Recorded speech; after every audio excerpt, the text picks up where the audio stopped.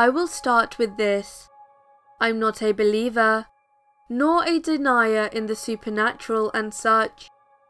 However, this story is as true as I can remember.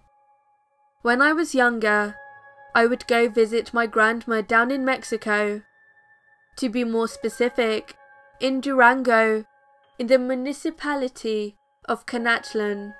She was the only reason we went there. It was a nice little house. The front faced a cerro, or hill. It was more like a long stretch mountain that spread into a forest kind of area. I have stories of that too, but I digress. The front door led to the main room, and connected to it was another small room on the back left. In that room were two doors. One was to the main room, and the other was on the right wall that led to the kitchen. The kitchen wasn't very big. It stretched out from the door. The width was only about 7 to 8 feet. At the end of the kitchen was a door that led outside. Behind the house, the backyard was fenced and led at a slanted angle down to a river. Mind, there was tall grass everywhere. This whole stretch was 200 feet, probably more. This is all important, or at least relevant to the story ahead. My grandma was the sweetest, food-making, hug kind of grandma, and she loved telling me stories about the weird different things she had seen, and stories passed down by my ancestors. My mum's side of the family is Native American. I was 9 when she told me the story of a demon that would follow the river behind the house, and that every few years it would go the length of the river. I, of course, being the kid that I was, took this as a crazy off story to entertain me. This is what she told me. The demon doesn't seek anyone out, or go out of its way to kill someone, say overlooking the river from a distance. But on occasion, it would come to the houses and stay in an empty room, only wishing not to be disturbed. Once she said this, her demeanor changed completely. She put her hand on my shoulders and met my eyes and said this in Spanish: "You have one chance, and one only. If you ever walk into an empty room in the dark, and it is abnormally black in an area, or see the silhouette of black and red, simply leave the room and close the door. Do not open the door until the next morning. If you disturb the demon, or return, it will, without hesitation, kill you, or drag you to the river." As she said this, her voice was filled with a sense of dread and importance. 3 years later, I go back to visit my grandma, still happy, still making me food. I was there for a month, as it was summer, and my mum wanted to take care of my grandma, as we knew she was dying, and didn't have but a year or 2 at most. Around week 2 was when it happened. It was a normal day. A beautiful one, actually. Lots of green this time of year. Then the night came. My grandma and my mum were sleeping in the main room. My brother, cousin and I were in the other room, all 3 sleeping on each other, as the couch was just big enough. I woke up for no reason. It was a lot darker than I'm used to, since there were no real street lights, just the moon. Well, no real reason to panic, just out of my element. As my eyes focused, I began to make out the door. This wasn't a normal door, like the one that led to the main room. No, this was an old plank wood door, with holes and cracks in it. I thought I heard some small movement in the kitchen. After all, it wasn't out of the ordinary for a street cat or other animals to sneak in and move stuff around for food. Curiosity got the better of me, and I decided to look through.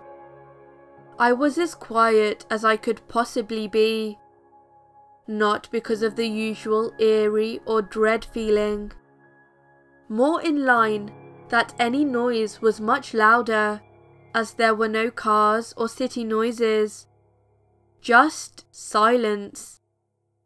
I was on all fours, looking through a small hole.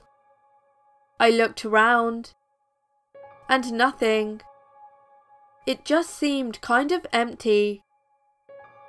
As I turned away, I heard it. A soft, almost too calm kind of breathing.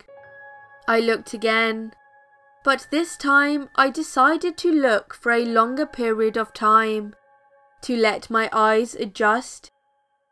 As I scanned the room, it seemed normal. But then my eyes darted back to the left corner, almost like a rabbit seeing a coyote. My stomach sunk hard.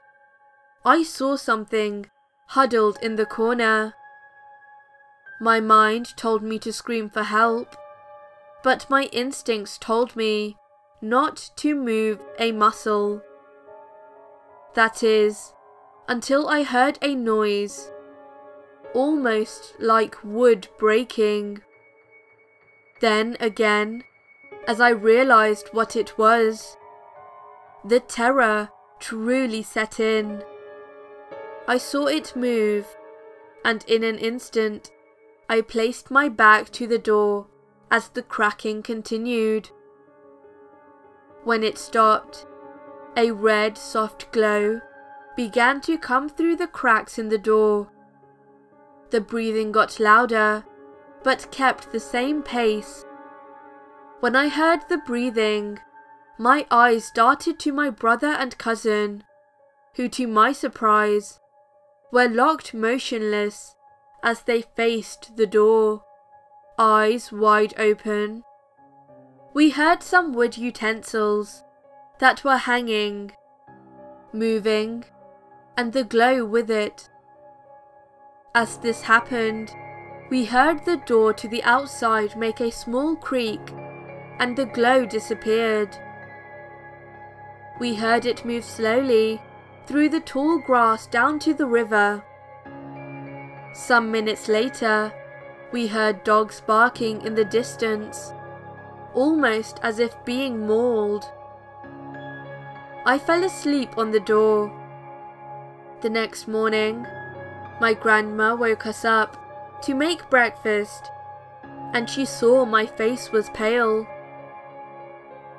When I explained what happened, she said I did a good job, and to never forget the mercy this thing may or may not have shown us that night. I swear this happened to me, and I have many more stories like this, of things my grandmother warned me about, that I ended up seeing or hearing around this area.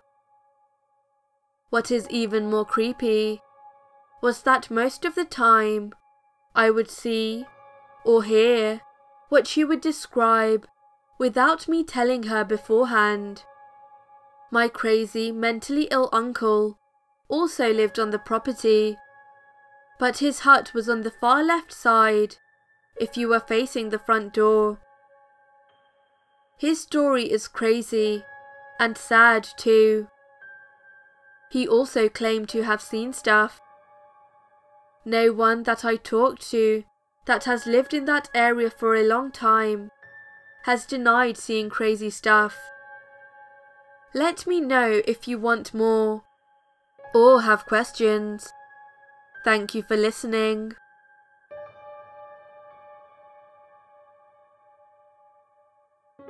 Hello everyone, Sinister Shaf here. I hope you enjoyed day 8 of Shaftober. Today's story was Grandma, a demon story by the Archery Princess. Thank you for letting me narrate your story. If you enjoyed this video, then please remember to like and subscribe if you have not done so already. Also, if you can, share this video with your friends. You can now also follow me on Facebook and Twitter at Sinister Shaf. Thank you for watching, and as always, stay sinister.